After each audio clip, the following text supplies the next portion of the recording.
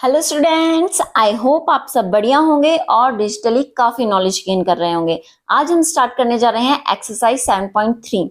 7.2 तक हम already complete कर चुके हैं, बट ये हमारे पास गिवन है एक्सरसाइज 7.3 का question number first.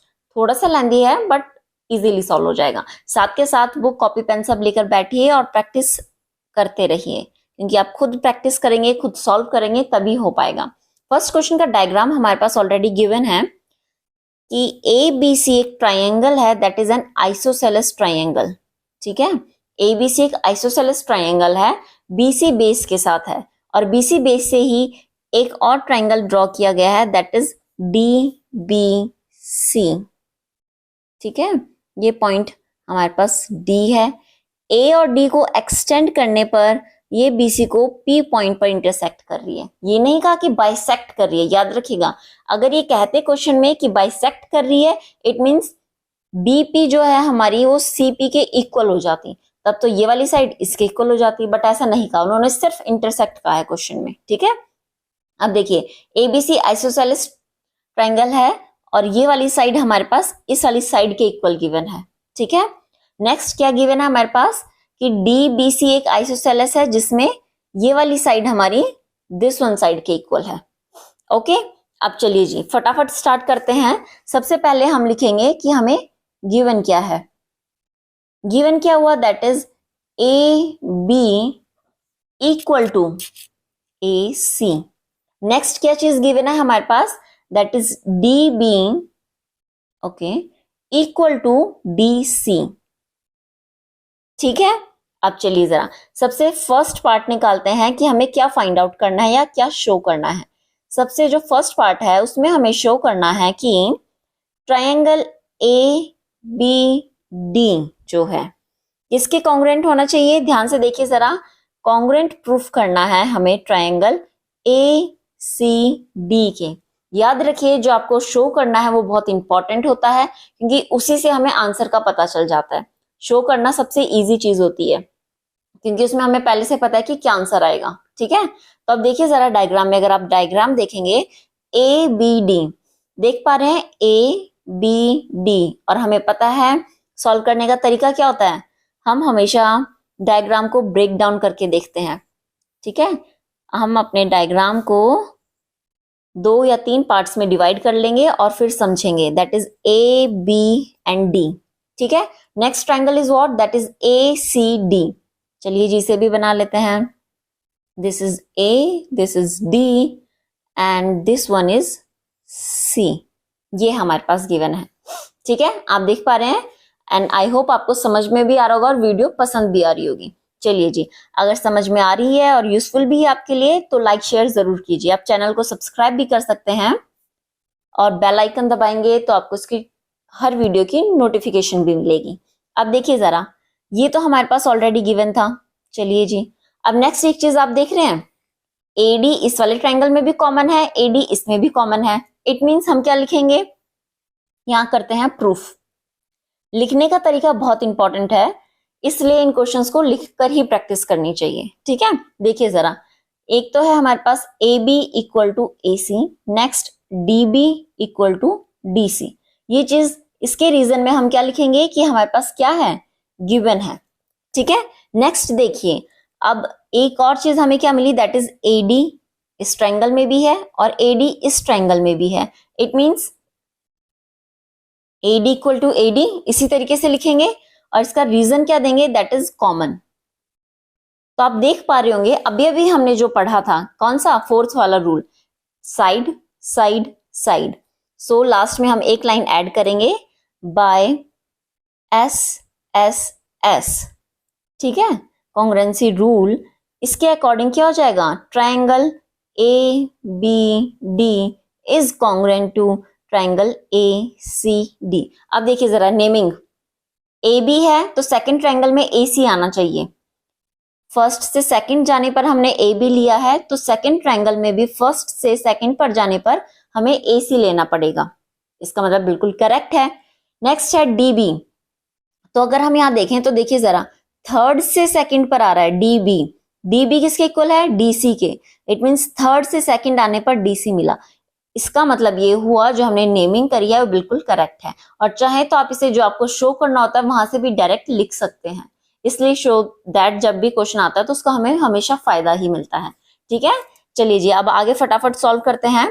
Second part हमसे क्या कहा गया है, सेकंड है हमारे पास that is triangle A B P, हमें कॉन्ग्रुएंट प्रूफ करना है ट्रायंगल ए सी पी के। अब देखिए जरा आप लोग अपने अपने डायग्राम में, पहले हम अपना डायग्राम बना लेंगे A B P. A B P जो है हमारे पास वो एक बड़ा वाला ट्रायंगल है कुछ इस तरीके से। इसे हम क्या कर लेंगे, ब्रेक डाउन कर लेंगे A B P and next is that is A C P, A C P. ठीक है, अब ध्यान से देखिए जरा, हमें ये तो पता है कि ए बी इक्वल है ए सी के। ठीक है, ये हमें ऑलरेडी गिवन है था। नेक्स्ट अब देखिए हमारे पास क्या आ रहा है, एपी और एपी दोनों में कॉमन भी है। ठीक है, अब एक और चीज चाहिए। अब देखिए जरा इसे लिखेंगे किस तरीके से, A B equal to A P, sorry A C. ठीक है, ए बी किसके इक्वल हो हमारे पास, ए सी के, दैट इज गिवन। रीजन ध्यान से लिखते रहिएगा, साथ के साथ सॉल्व कीजिए। And A P equal to A P, it means that is common. एक और चीज रह गई, अब हम क्या करेंगे, अब देखिए जरा जो आपने फर्स्ट पार्ट सॉल्व किया था, क्या हमारे पास angle B A P, it means this angle, इसकी बात कर रहे हैं, B A P equal to किसके इक्वल होगा, C A P, it means इस एंगल के। और ये हमें कैसे पता चला, अभी देखिए जरा, हमने ये बताया था कि triangle A B D congruent होता है किसके, ट्रायंगल ए सी डी के। फर्स्ट पार्ट में हम ये प्रूफ कर चुके हैं। ठीक है, तो यहां लिखेंगे बाय सीपीसीटी। सीपीसीटी, सीपीसीटी क्या होती है, यस सीपीसीटी होती है कि अगर दो ट्रायंगल कॉन्ग्रुएंट हैं तो उनकी सारी की तीनों साइड्स, मतलब सारी साइड्स और सारे एंगल्स इक्वल होंगे। तो यहां से देखिए एंगल बी ए डी कौन सा हुआ, बी ए डी, मतलब सेकंड फर्स्ट और थर्ड किसके इक्वल होगा, यहाँ पर second first then third, C A D. अब बता सकते हैं अपने, अगर आप डायग्राम में देखेंगे जो हमने फर्स्ट डायग्राम बनाया था तो वो देखिए जरा कुछ इस तरीके का था। यहां से ये डी पॉइंट था और यहां से अगर एक और लाइन ड्रॉ किया था हमने, दैट इज डी पॉइंट। ठीक है, कुछ इस तरीके का डायग्राम था। तो B A D it means B A D या फिर बी ए पी। ठीक है, तो ये वाला एंगल इस वाले एंगल के इक्वल हो गया। आई होप ये चीज आपको समझ में आई होगी अच्छे से। तो यहां पर क्या हो जाएगा, देखिए जरा, साइड एंगल और दिस वन साइड, क्योंकि ये तो हमने कॉमन प्रूफ करती है। तो हम यहां लिखेंगे बाय, लास्ट में एक लाइन ऐड करेंगे that is side angle side rule.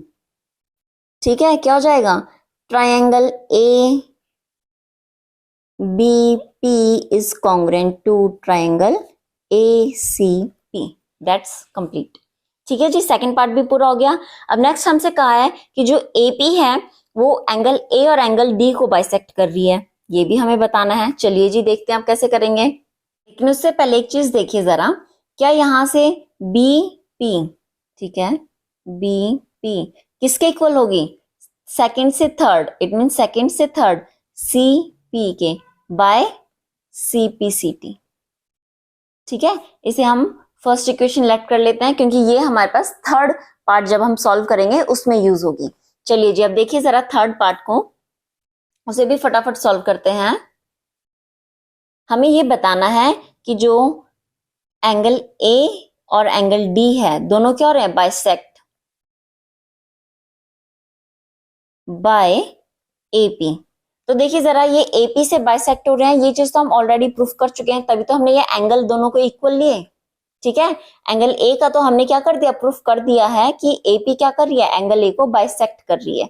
ठीक है जी, चलिए इसे लिखने की जरूरत नहीं है, अगर लिखना चाहें तो आप देख सकते हैं। ये वाला जो हमने लिखा था ना, यहां से लेकर और ये पूरा कंप्लीट यहां तक। ठीक है, इसे हम बॉक्स में बंद कर देते हैं, इतना यही चीज आप लिख देंगे फिर से, और लास्ट में एक लाइन लिख देना that AP bisects angle A. अब डी के लिए देखिए क्या करेंगे, डी को प्रूफ कर देखेंगे अगर triangle B D P, I hope focus अच्छे से आ रहा है, ठीक है। And second triangle is what, that is C D P. इन दोनों ट्रायंगल को देखिए जरा ध्यान से, अपना डायग्राम भी देखते रहिए और साथ के साथ सॉल्व भी करते रहिए। देखिए जरा क्या बनेगा हमारे पास, कुछ इस तरीके का है। ये वाला डी पॉइंट है, this is P and this is D. Similarly यहां से है, this is C, this is D and this is P.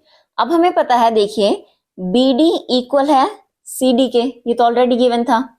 ये चीज अभी हमने प्रूफ कर ली कि बीपी इक्वल है सीपी के, अब ये भी लास्ट में लिखा था बाय सीपी सीटी, ठीक है जी। और ये चीज कॉमन है, तो हम क्या लिखेंगे, यहाँ एक लाइन ऐड करेंगे, that is B D equal to C D, that is common. इसका रीजन हमने क्या दिया कि ये कॉमन है। Next BP equal to CP, it means from first equation लिख देंगे सिंपली, ठीक है जी।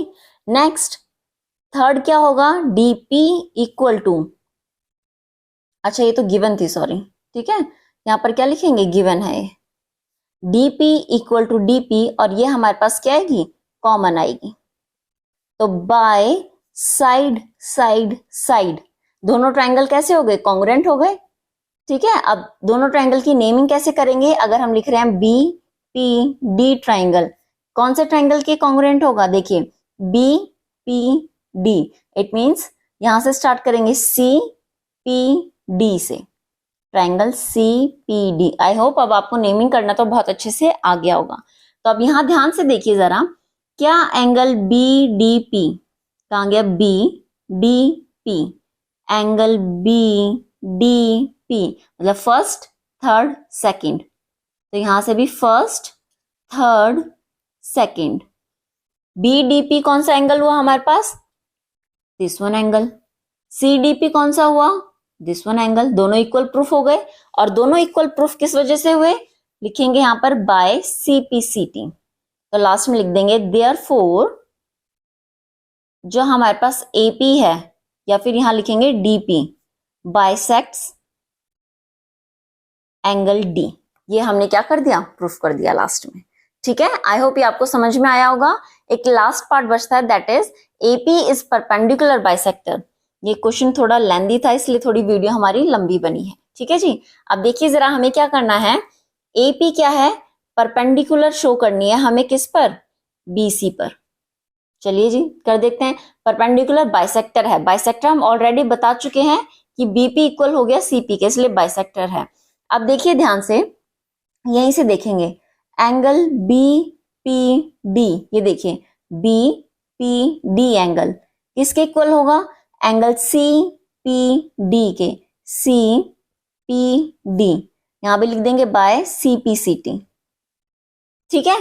क्योंकि हमें पता है अगर ये दोनों ट्रायंगल कॉन्ग्रुएंट हुए तो ये वाला एंगल भी इक्वल होगा, क्योंकि तीनों एंगल और तीनों साइड इक्वल होते हैं अगर दो ट्रायंगल कॉन्ग्रुएंट प्रूफ हो जाए। तो अगर हम दोनों को प्लस कर दें, ठीक है। अब हम यहां देखेंगे angle B P D plus angle C P D किसके इक्वल होगा, that is equal to 180 degree. क्यों, क्योंकि दोनों कैसे एंगल बना रहे हैं, लीनियर पेयर। अगर आप डायग्राम में देखेंगे तो ये कुछ इस तरीके का बना हुआ है, ये हमारी एक लाइन है सी बी, और यहां से जो पी पॉइंट गया हुआ है ये डी था, और इससे ऊपर हमारे पास ए पॉइंट था, ठीक है। ऐसा डायग्राम था, यहां से ये ट्रायंगल, यहां से ये वाला। मुझे बार बार इसलिए बनाना पड़ता है क्योंकि मेरे पास शीट है सॉल्व करने के लिए, आपने एक बार बना दिया होगा, आप उसी में देख सकते हैं, ठीक है। यहाँ देखिए जरा, अब देखिए क्या ये एंगल हमने इस एंगल के इक्वल प्रूफ कर दिया है, ठीक है जी कर दिया। इन दोनों का सम किसके इक्वल होगा, 180 डिग्री। या तो हम इसे लीनियर पेयर लिखिए या फिर इसे स्ट्रेट लाइन लिखिए, आप कुछ भी लिख सकते हैं, ठीक है। अगर दोनों इक्वल हैं तो it means twice of angle B P D लिख सकते हैं इक्वल टू 180 डिग्री। अगर ये दोनों इक्वल हैं तो इसे हम ट्वाइस लिख सकते हैं, ठीक है। Then angle B P D equal to 2 multiply में है इसके साथ, इक्वल टू के उधर जाने पर डिवाइड में कन्वर्ट हो जाएगा, और अगर हम इसे कट करेंगे that is 90, it means angle B P D equal to angle C P D equal to 90 degree, क्योंकि दोनों एंगल इक्वल हैं इसलिए ये दोनों 90 डिग्री है। अब 90 डिग्री है इट मीन्स क्या हुआ कि हमारे पास जो AP है वो क्या होगी, परपेंडिकुलर ऑन BC। ये हमारा कंप्लीट हो गया। अगर आपको समझ में आया है तो बहुत अच्छी बात है, आप वीडियो को लाइक और शेयर जरूर कर सकते हैं, और अगर आपको समझ में नहीं आया तो एक बार वीडियो को थोड़ा सा रिवाइंड करके देखिए, इजीली समझ में आ जाएगा जब आप खुद से प्रैक्टिस करेंगे। आज के लिए इतना काफी है, वीडियो भी काफी लेंथी हो गई है। चलिए जी, नेक्स्ट क्वेश्चन हम स्टार्ट करेंगे अपनी नेक्स्ट वीडियो में। Thank you.